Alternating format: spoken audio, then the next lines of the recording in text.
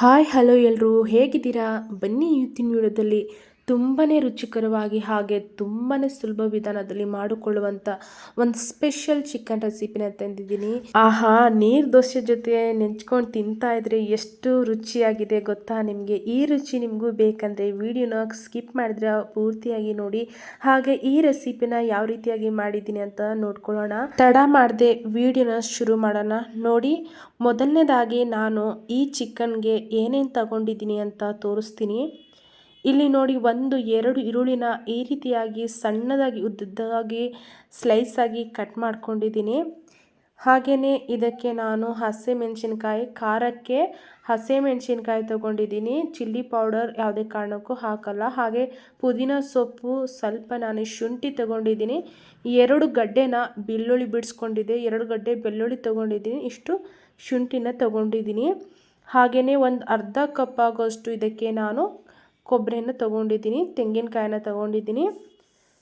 ಈಗ ನಾನು ಒಂದು ಅರ್ಧ kg ಆಗೋಷ್ಟು ಚಿಕನ್ ತೊಗೊಂಡಿದ್ದೆ. ಇದನ್ನು ಕ್ಲೀನಾಗಿ ತೊಳೆದಿಟ್ಕೊಂಡಿದ್ದೀನಿ. ಮೊದಲು ನಾನು ಇಲ್ಲಿ ಶುಂಠಿ ಬೆಳ್ಳುಳ್ಳಿನ ಹಾಕ್ಕೊಂಡು ಪೇಸ್ಟ್ ಮಾಡ್ಕೊಳ್ತೀನಿ. ನೋಡಿ, ಶುಂಠಿ ಬೆಳ್ಳುಳ್ಳಿ ಪೇಸ್ಟನ್ನು ಆದಷ್ಟು ನಮ್ಮ ಮನೆಯಲ್ಲಿ ಮಾಡಿಕೊಂಡು ಅದನ್ನು ಉಪಯೋಗ ಮಾಡೋದ್ರಿಂದ ತುಂಬಾ ರುಚಿಕರ ಆಗಿರುತ್ತೆ. ನೋಡಿ, ಶುಂಠಿ ಬೆಳ್ಳುಳ್ಳಿ ಪೇಸ್ಟ್ ರುಬ್ಬಿ ಇಟ್ಕೊಂಡಿದ್ದೀನಿ. ಹಾಗೆಯೇ ಒಂದು ಸೈಡಲ್ಲಿ ಗ್ಯಾಸ್ ಸ್ಟವ್ ಆನ್ ಮಾಡಿಕೊಂಡು ಚಿಕನ್ ಮಾಡಲಿಕ್ಕೆ ಅಂತ ಒಂದು ಪಾತ್ರೆ ತೊಗೊಂಡಿದ್ದೀನಿ. ಇದಕ್ಕೆ ಒಂದು 4 ಸ್ಪೂನ್ ಆಗೋಷ್ಟು ಎಣ್ಣೆ ಹಾಕ್ಕೊಂಡಿದ್ದೀನಿ. ಎಣ್ಣೆ ಬಿಸಿಯಾಗಿದೆ. ಇದಕ್ಕೆ ನಾನು ಮೊದಲನೇದಾಗಿ ಈರುಳ್ಳಿ ಹಾಕ್ಕೊಳ್ತಾ ಇದ್ದೀನಿ. ಈರುಳ್ಳಿ ಅಂತೂ ಚೆನ್ನಾಗಿ ಗೋಲ್ಡನ್ ಬ್ರೌನ್ ಆಗೋವರೆಗೂ ಫ್ರೈ ಮಾಡ್ಕೊಳ್ಳೋಣ. ಈಗ ಇದಕ್ಕೆ ಸ್ವಲ್ಪ ಹಸಿ ಕರಿಬೇವಿನ ಸೊಪ್ಪನ್ನು ಹಾಕ್ಕೊಳ್ತಾ ಇದ್ದೀನಿ. ನೋಡಿ, ಇದನ್ನ ಎರಡು ಚೆನ್ನಾಗಿ ಮಿಕ್ಸ್ ಮಾಡಿಕೊಂಡು ಇದು ಕಲರ್ ಬರೋವರೆಗೂ ಈರುಳ್ಳಿನ ಫ್ರೈ ಮಾಡ್ಕೋಬೇಕಾಗುತ್ತೆ. ಆಲ್ಮೋಸ್ಟು ಎಲ್ಲರಿಗೂ ಸಹ ಗೊತ್ತಿರುತ್ತೆ ಈರುಳ್ಳಿ ಕೆಂಪು ಬಣ್ಣ ಬರೋವರೆಗೂ ಫ್ರೈ ಮಾಡ್ಕೋಬೇಕು ಅಂತ. ಹಾಗೆ ಹಸಿಮೆಣಸಿನ್ಕಾಯಿ, ಇಲ್ಲಿ ನಾನು ಖಾರದ ಪುಡಿ ಹಾಕಲ್ಲ. ಖಾರಕ್ಕೆ ಎಷ್ಟು ಬೇಕಾಗುತ್ತೆ ಅಷ್ಟನ್ನು ನಾನು ಇಲ್ಲಿ ಖಾರಕ್ಕೆ ಅಂತ ಹಸಿಮೆಣಸಿನ್ಕಾಯಿ ತೊಗೊಂಡಿದ್ದೀನಿ. ನೋಡಿ, ಈರುಳ್ಳಿನ ಬ್ರೌನ್ ಆಗೋವರೆಗೂ ಈ ಥರ ಫ್ರೈ ಮಾಡ್ಕೊಂಡಿದ್ದೀನಿ. ಹಾಗೆಯೇ ಆವಾಗಲೇ ರುಬ್ಬಿಟ್ಕೊಂಡಿರುವಂಥ ಜಿಂಜರ್ ಗಾರ್ಲಿಕ್ ಪೇಸ್ಟನ್ನು ಇದಕ್ಕೆ ಹಾಕ್ಕೊಳ್ತಾ ಇದ್ದೀನಿ. ನೋಡಿ, ಶುಂಠಿ ಬೆಳ್ಳುಳ್ಳಿ ಪೇಸ್ಟನ್ನು ಹಸಿ ವಾಸನೆ ಹೋಗುವವರೆಗೂ, ಕೆಂಪು ಬಣ್ಣ ಬರುವವರೆಗೂ ಚೆನ್ನಾಗಿ ಫ್ರೈ ಮಾಡ್ಕೊಳ್ಳೋಣ. ನೋಡಿ, ಶುಂಠಿ ಬೆಳ್ಳುಳ್ಳಿ ಪೇಸ್ಟನ್ನು ಹಸಿ ವಾಸನೆ ಹೋಗುವವರೆಗೂ ಚೆನ್ನಾಗಿ ಫ್ರೈ ಮಾಡ್ಕೊಂಡಾಗಿದೆ. ಈಗ ಇದಕ್ಕೆ ಚಿಕನ್ ಹಾಕ್ಕೊಳ್ತಾ ಇದ್ದೀನಿ. ಈಗ ಇದಕ್ಕೆ ರುಚಿಗೆ ತಕ್ಕಷ್ಟು ಉಪ್ಪನ್ನು ಸೇರಿಸ್ಕೊಂಡು ಒಂದು ಕಾಲು ಸ್ಪೂನ್ ಆಗೋಷ್ಟು ಅರಿಶಿಣ ಹಾಕ್ಕೊಳ್ತಾ ಇದ್ದೀನಿ. ಇದನ್ನು ಚೆನ್ನಾಗಿ ಮಿಕ್ಸ್ ಮಾಡಿಕೊಂಡು ಪ್ಲೇಟನ್ನು ಕವರ್ ಮಾಡಿಬಿಟ್ಟು ಚೆನ್ನಾಗಿ ನೀರು ಬಿಟ್ಕೊಂಡು ಬೇಯಬೇಕು. ಅಲ್ಲಿವರೆಗೂ ಇದನ್ನು ಚೆನ್ನಾಗಿ ಬೇಯಿಸ್ಕೊಳ್ಳೋಣ. ನೋಡಿ, ಇದನ್ನು ಚೆನ್ನಾಗಿ ಮಿಕ್ಸ್ ಮಾಡ್ಕೊಂಡಿದ್ದೀನಿ. ಪ್ಲೇಟ್ ಕವರ್ ಮಾಡ್ತಾ ಇದ್ದೀನಿ. ನೀರು ಬಿಟ್ಕೊಂಡು ಬೇಯುವವರೆಗೂ ಚೆನ್ನಾಗಿ ಇದನ್ನು ಬೇಯಿಸ್ಕೊಳ್ಳೋಣ. ಹಾಗೆಯೇ ಪ್ಲೇಟನ್ನು ತೆಗೆದ್ಬಿಟ್ಟು ಮೇಲೆ ಕೆಳಗೆ ಮಾಡಿ ಮಿಕ್ಸ್ ಮಾಡಿಕೊಂಡು ಇದನ್ನು ಯಾವುದೇ ಕಾರಣಕ್ಕೂ ಸ್ವಲ್ಪ ನೀರು ಹಾಕ್ತೀರಾ ಹಾಗೆಯೇ ಮಾಡ್ತಾ ಇದ್ದೀನಿ. ಅದಕ್ಕಾಗಿ ನಾನು ಇದಕ್ಕೆ ಒಂಚೂರು ನೀರು ಹಾಕಲ್ಲ. ಇದನ್ನು ಕಾಯಿ ಸುಕ್ಕ ಅಂತ ಹೇಳ್ತಾರೆ. ಇದು ತುಂಬ ಅಂದರೆ ತುಂಬಾ ಚೆನ್ನಾಗಿರುತ್ತೆ. ಈಗ ಇದನ್ನು ಪ್ಲೇಟನ್ನು ಕವರ್ ಮಾಡಿ ಈ ಥರ ಮಿಕ್ಸ್ ಮಾಡ್ಕೊಳ್ತಾ ಚೆನ್ನಾಗಿ ಇದನ್ನು ಬೇಯಿಸ್ಕೋಬೇಕಾಗುತ್ತೆ ಚಿಕನ್ನ. ಈಗ ಇದಕ್ಕೆ ಮಸಾಲೆ ಹಾಕ್ಕೊಳ್ತಾ ಇದ್ದೀನಿ. ಅರ್ಧ ಸ್ಪೂನ್ ಆಗೋಷ್ಟು ಗರಂ ಮಸಾಲ, ಹಾಗೆ 1 ಸ್ಪೂನ್ ಆಗೋಷ್ಟು ಧನಿಯಾ ಪುಡಿ, ಹಾಗೆಯೇ ಒಂದು ಅರ್ಧ ಸ್ಪೂನ್ ಆಗೋಷ್ಟು ಇದಕ್ಕೆ ಪೆಪ್ಪರ್ ಪೌಡರನ್ನು ಹಾಕ್ಕೊಳ್ತಾ ಇದ್ದೀನಿ. ಇದಕ್ಕೆ ನಾನು ಜಾಸ್ತಿ ಮಸಾಲೆ ಐಟಮ್ಗಳೆಲ್ಲ ಹಾಕ್ಕೊಳ್ತಾ ಇಲ್ಲ.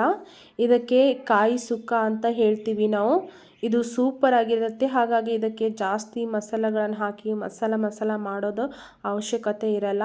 ನೋಡಿ, ಎಷ್ಟು ಸಿಂಪಲ್ ಆಗಿ ಮಾಡ್ತೀವಿ ಅಷ್ಟೇ ರುಚಿಕರ ಆಗಿರುತ್ತೆ.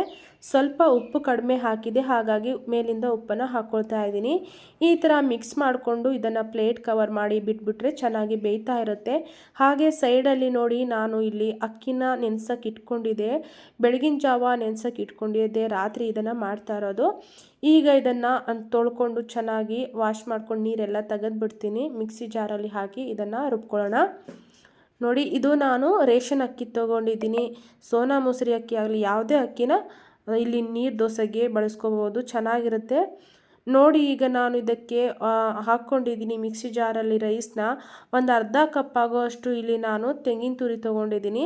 ತೆಂಗಿನ ತುರಿ ಇಲ್ಲಾಂದರೆ ಚಿಕ್ಕದಾಗಿ ಕಟ್ ಮಾಡಿಕೊಂಡು ತೆಂಗಿನಕಾಯಿ ಹಾಕೋಬಹುದು. ನೋಡಿ ಈಗ ಇದನ್ನು ಚೆನ್ನಾಗಿ ನುಣ್ಣಗೆ ಪೇಸ್ಟಾಗಿ ರುಬ್ಕೊಳ್ಳೋಣ.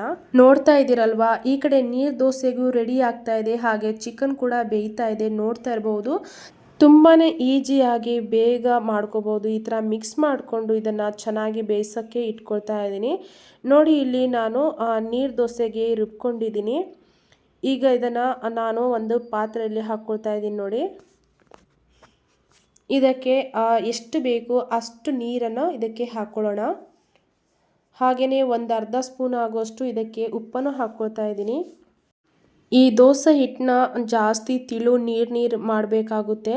ನೀರು ದೋಸೆ ಇರೋದ್ರಿಂದ ಇದನ್ನು ಜಾಸ್ತಿ ತೆಳ್ಳಗೆ ನೀರು ಥರನೇ ಮಾಡ್ಕೋಬೇಕಾಗುತ್ತೆ. ನೋಡ್ತಾ ಇರ್ಬೋದು, ಈ ಥರ ನೀರಾಗಿ ಮಾಡ್ಕೊಂಡಿದ್ದೀನಿ. ಇದನ್ನು ಸಹ ರೆಡಿಯಾಗಿದೆ. ಹಾಗೇನೆ ಸೈಡಲ್ಲಿ ಚಿಕನ್ ಸಹ ಬೇಯ್ತಾ ಇದೆ, ನೋಡ್ಬೋದು. ಈಗ ನಾನು ಇದಕ್ಕೆ ತೆಂಗಿನಕಾಯಿ ತುರಿ ಹಾಕ್ಕೊಳ್ತಾ ಇದ್ದೀನಿ. ಇಲ್ಲಿ ನೋಡಿ, ತೆಂಗಿನಕಾಯಿ ತುರಿನ ಆಲ್ಮೋಸ್ಟ್ ಚಿಕನ್ ಎಲ್ಲ ಚೆನ್ನಾಗಿ ಬೆಂದಿದ್ದಾದ್ಮೇಲೆ ಹಾಕ್ಕೊಳ್ತಾ ಇದ್ದೀನಿ. ಆಲ್ಮೋಸ್ಟು ಚಿಕನ್ ಎಲ್ಲ ಚೆನ್ನಾಗಿ ಬೆಂದಿರಬೇಕು. ಆವಾಗ ತೆಂಗಿನಕಾಯಿ ತುರಿನ ಹಾಕ್ಕೊಂಡು ಇದನ್ನು ಚೆನ್ನಾಗಿ ಮಿಕ್ಸ್ ಮಾಡಿಕೊಂಡು ಇನ್ನೂ ಸ್ವಲ್ಪ ಹೊತ್ತು ಇದನ್ನು ಪ್ಲೇಟನ್ನು ಕವರ್ ಮಾಡಿ ಚೆನ್ನಾಗಿ ಬೇಯಿಸ್ಕೋಬೇಕು. ನೀರೆಲ್ಲ ಚೆನ್ನಾಗಿ ಡ್ರೈ ಆಗಬೇಕು. ನೀರೆಲ್ಲ ಹೀರ್ಕೊಂಡಿದ್ಮೇಲೆ ಈ ಥರ ತೆಂಗಿನಕಾಯಿ ಸುಕ್ಕನ ರೆಡಿ ಆಗುತ್ತೆ. ನೋಡ್ತಾ ಇರ್ಬೋದು. ಈಗ ಇದನ್ನು ಪ್ಲೇಟನ್ನು ಕವರ್ ಮಾಡಿ ಬಿಟ್ಬಿಡ್ತೀನಿ. ಸ್ವಲ್ಪ ಹೊತ್ತು ಬೇಯ್ತಾ ಇರುತ್ತೆ. ಹಾಗೆ ಸೈಡಲ್ಲಿ ನೀರು ದೋಸೆಗೂ ರೆಡಿ ಮಾಡ್ಕೊಳ್ತಾ ಇದ್ದೀನಿ. ನೋಡ್ತಾ ಇರ್ಬೋದು, ಈ ಥರ ದೋಸೆ ಹಂಚು ಮೇಲೆ ಕೂಡ ನೀರು ದೋಸೆ ಮಾಡ್ಕೋಬೋದು. ನೀಟಾಗಿ ಬರುತ್ತೆ. ಎಷ್ಟು ಚೆನ್ನಾಗಿರುತ್ತೆ ಅಂದರೆ ನೀರು ದೋಸೆ ಚಿಕನ್ ಜೊತೆ ತಿನ್ನೋಕ್ಕೆ ತುಂಬ ಅಂದರೆ ತುಂಬಾ ಚೆನ್ನಾಗಿರುತ್ತೆ. ಈಗ ಇದನ್ನು ಪ್ಲೇಟನ್ನು ಕವರ್ ಮಾಡಿಬಿಟ್ಟು ಮೇಲಿಂದ ಸ್ವಲ್ಪ ಎಣ್ಣೆನ ಸಿಡಿಸ್ಬಿಟ್ಟು ಇದನ್ನು ತೆಗೆದ್ಬಿಟ್ರೆ ಆಯಿತು. ನೀರು ದೋಸೆ ಬೇಗ ಬೇಗ ಬೇಗ ಮಾಡ್ಕೋಬೋದು. ತಿನ್ನೋದಕ್ಕೆ ಈ ಚಿಕನ್ ಸುಕ್ಕ ಜೊತೆ ಸೂಪರ್ ಒಳ್ಳೆ ಕಾಂಬಿನೇಷನು. ನೋಡ್ತಿರ್ಬೋದು ಎಷ್ಟು ಚೆನ್ನಾಗಿ ಈ ನೀರು ದೋಸೆ ಬಂದಿದೆ ಅಂತ. ನೀರು ದೋಸೆ ಮಾಡೋಕ್ಕಂತಾನೆ ಸಪ್ರೇಟಾಗಿ ಅದಕ್ಕೆ ಅಂತ ಒಂದು ಹಂಚು ಬರುತ್ತೆ. ಅದೇ ಹಂಚು ಇರಬೇಕಂತ ಏನೂ ಇಲ್ಲ. ನಾವು ದೋಸೆ ಮಾಡೋವಂಥ ಈ ನಾನ್ ಸ್ಟಿಕ್ ಹಂಚು ಮೇಲೆ ಸಹ ಈ ನೀರು ದೋಸೆನ ಚೆನ್ನಾಗಿ ಮಾಡ್ಕೋಬೋದು. ನೋಡ್ತಾ ಇರ್ಬೋದು ಎಷ್ಟು ಚೆನ್ನಾಗಿ ನೀರು ದೋಸೆ ನೀಟಾಗಿ ಬರ್ತಾ ಇದೆ ಅಂತ. ಈ ಥರ ನೀರು ದೋಸೆನ ಒಂದೊಂದಾಗಿ ನನಗೆ ಎಷ್ಟು ಬೇಕು ಅಷ್ಟು ನೀರು ದೋಸೆನ ಮಾಡ್ಕೊಂಡಿದ್ದೀನಿ. ಹಾಗೆ ನೋಡ್ತಾ ಇರ್ಬೋದು, ಆಲ್ಮೋಸ್ಟು ಚಿಕನ್ ಇಲ್ಲಿ ರೆಡಿಯಾಗಿದೆ. ನೋಡಿ, ಚಿಕನ್ ನೀರೆಲ್ಲ ಹೀರ್ಕೊಂಡು ಫುಲ್ಲು ಡ್ರೈ ಆಗಿದೆ. ನೋಡಿ, ನಾನು ಇದಕ್ಕೆ ಜಾಸ್ತಿ ಯಾವುದೇ ರೀತಿಯಾಗಿರುವಂಥ ಮಸಾಲೆಗಳನ್ನು ಹಾಕಿಲ್ಲ. ಎಷ್ಟು ಸಿಂಪಲ್ಲಾಗಿ ಮಾಡಿದ್ದೀನೋ ಅಷ್ಟೇ ರುಚಿಕರವಾಗಿರುತ್ತೆ. ಈಗ ನಾನು ಇದಕ್ಕೆ ಒಂದು ಅರ್ಧ ಲಿಂಬೆ ರಸವನ್ನು ಹಾಕ್ಕೊಳ್ತಾ ಇದ್ದೀನಿ. ಇದಕ್ಕೆ ಟೊಮ್ಯಾಟೊ ಹಾಕ್ಕೊಂಡಿಲ್ಲ, ಹಾಗಾಗಿ ಅರ್ಧ ಲಿಂಬೆ ರಸನ ಹಾಕ್ಕೊಳ್ತಾ ಇದ್ದೀನಿ. ಹಾಗೆ ಭಾಳಷ್ಟು ಕೊತ್ತಂಬರಿ ಸೊಪ್ಪನ್ನು ಇದಕ್ಕೆ ಹಾಕ್ಕೊಳ್ಳೋಣ. ಸಣ್ಣದಾಗಿ ಕಟ್ ಮಾಡ್ಕೊಂಡಿರೋಂಥ ಕೊತ್ತಂಬರಿ ಸೊಪ್ಪನ್ನು ಹಾಕಿದ್ದೀನಿ. ಈಗ ಇದನ್ನು ನೀಟಾಗಿ ಚೆನ್ನಾಗಿ ಮಿಕ್ಸ್ ಮಾಡ್ಕೊಳ್ಳೋಣ. ನೋಡ್ತಾ ಇದ್ದೀರಲ್ವಾ, ತೆಂಗಿನಕಾಯಿ ಚಿಕನ್ ಸುಕ್ಕನ ಯಾವ ರೀತಿಯಾಗಿ ಮಾಡಿದ್ದೀನಿ ಅಂತ ತೋರಿಸ್ಕೊಟ್ಟಿದ್ದೀನಿ ಅಲ್ವಾ. ಈ ವಿಡಿಯೋ ನಿಮಗೆ ಇಷ್ಟ ಆಗಿದ್ದರೆ ಒಂದು ಲೈಕ್ ಮಾಡಿ, ಕಾಮೆಂಟ್ ಮಾಡಿ. ಹಾಗೆ ಸಬ್ಸ್ಕ್ರೈಬ್ ಮಾಡದೆ ನೋಡ್ತಾ ಇರೋರು ಸಬ್ಸ್ಕ್ರೈಬ್ ಮಾಡ್ಕೊಳ್ಳಿ. ನೋಡಿ, ಆಲ್ಮೋಸ್ಟು ನಮ್ಮ ಚಿಕನ್ ಎಲ್ಲ ಪೂರ್ತಿಯಾಗಿ ರೆಡಿ ಆಯಿತು. ನೋಡಿ, ನೀರು ದೋಸೆ ಎಷ್ಟು ಚೆನ್ನಾಗಿ ನೀಟಾಗಿ ಬಂದಿದೆ ಅಂತ. ಈ ಚಿಕನ್ ಸುಕ್ಕ ಜೊತೆಗೆ ಈ ನೀರು ದೋಸೆ ತಿಂತಾ ಇದ್ದರೆ ಕಳೆದೋಗ್ತೀರ, ಅಷ್ಟು ಚೆನ್ನಾಗಿರುತ್ತೆ. ಮನೆಯಲ್ಲಿ ಚಿಕ್ಕವರಿಂದ ಹಿಡಿದು ದೊಡ್ಡವರಿಗೂ ಭಾಳ ಅಂದರೆ ಭಾಳ ಇಷ್ಟಪಟ್ಟು ತಿಂತಾರೆ. ಇದು ನೀರು ದೋಸೆ ಅಷ್ಟು ಸಾಫ್ಟಾಗಿ ಸ್ಮೂತಾಗಿರುತ್ತೆ. ಹಾಗಾಗಿ ಎಲ್ಲರೂ ಕೂಡ ತುಂಬ ಇಷ್ಟಪಡ್ತಾರೆ. ಹೊಟ್ಟೆ ತುಂಬಿದ್ರೂ ಸಹ ಬಾಯಿ ಮಾತ್ರ ಇನ್ನೂ ಬೇಕು ಅಂತ ಹೇಳುತ್ತೆ, ಅಷ್ಟು ಚೆನ್ನಾಗಿರುತ್ತೆ. ಇದು ತುಂಬಾ ಸಾಫ್ಟ್ ಇರುತ್ತೆ ನೀರು ದೋಸೆ. ಹಾಗಾಗಿ ಕೆಲವೊಬ್ಬರಿಗೆ ತುಂಬ ಅಂದರೆ ತುಂಬಾ ಇಷ್ಟ ಆಗುತ್ತೆ. ಮೆತ್ತಗೆ ಸಾಫ್ಟಾಗಿರುತ್ತೆ. ಹಾಗಾಗಿ ಆಹಾ, ಬಿಸಿ ಬಿಸಿಯಾಗಿರುವಂಥ ಈ ನೀರು ದೋಸೆ ಜೊತೆಗೆ ಈ ಚಿಕನ್ ತಿಂತಾ ಇದ್ರೆ ಎಷ್ಟು ರುಚಿ ಗೊತ್ತಾ. ಈ ಥರ ರುಚಿಯಾಗಿರುವಂಥ ಊಟ ನಿಮ್ಮ ಮನೆಯಲ್ಲಿ ನೀವು ಸಹ ಮಾಡ್ಕೊಳ್ಳಿ. ನೋಡ್ತಾ ಇರ್ಬೋದು, ಒಂಚೂರು ನೀರು ಹಾಕ್ದಿರ ಚಿಕನ್ ಬೇಯಿಸ್ಕೊಂಡಿದ್ದೀನಿ, ಎಷ್ಟು ನೀಟಾಗಿ ಬೆಂದಿದೆ ಅಂತ. ನೋಡಿದ್ರಲ್ವಾ, ಬಹಳಷ್ಟು ರುಚಿಕರವಾಗಿರುವಂಥ ಈ ಚಿಕನ್ ರೆಸಿಪಿನ ಹಾಗೇನೆ ನೀರು ದೋಸೆನ ಮಾಡಿ ತೋರಿಸಿದ್ದೀನಿ. ನಿಮಗೇನಾದರೂ ಈ ವಿಡಿಯೋ ಇಷ್ಟ ಆಗಿದ್ರೆ ಒಂದು ಲೈಕ್ ಮಾಡಿ, ಕಮೆಂಟ್ ಮಾಡಿ.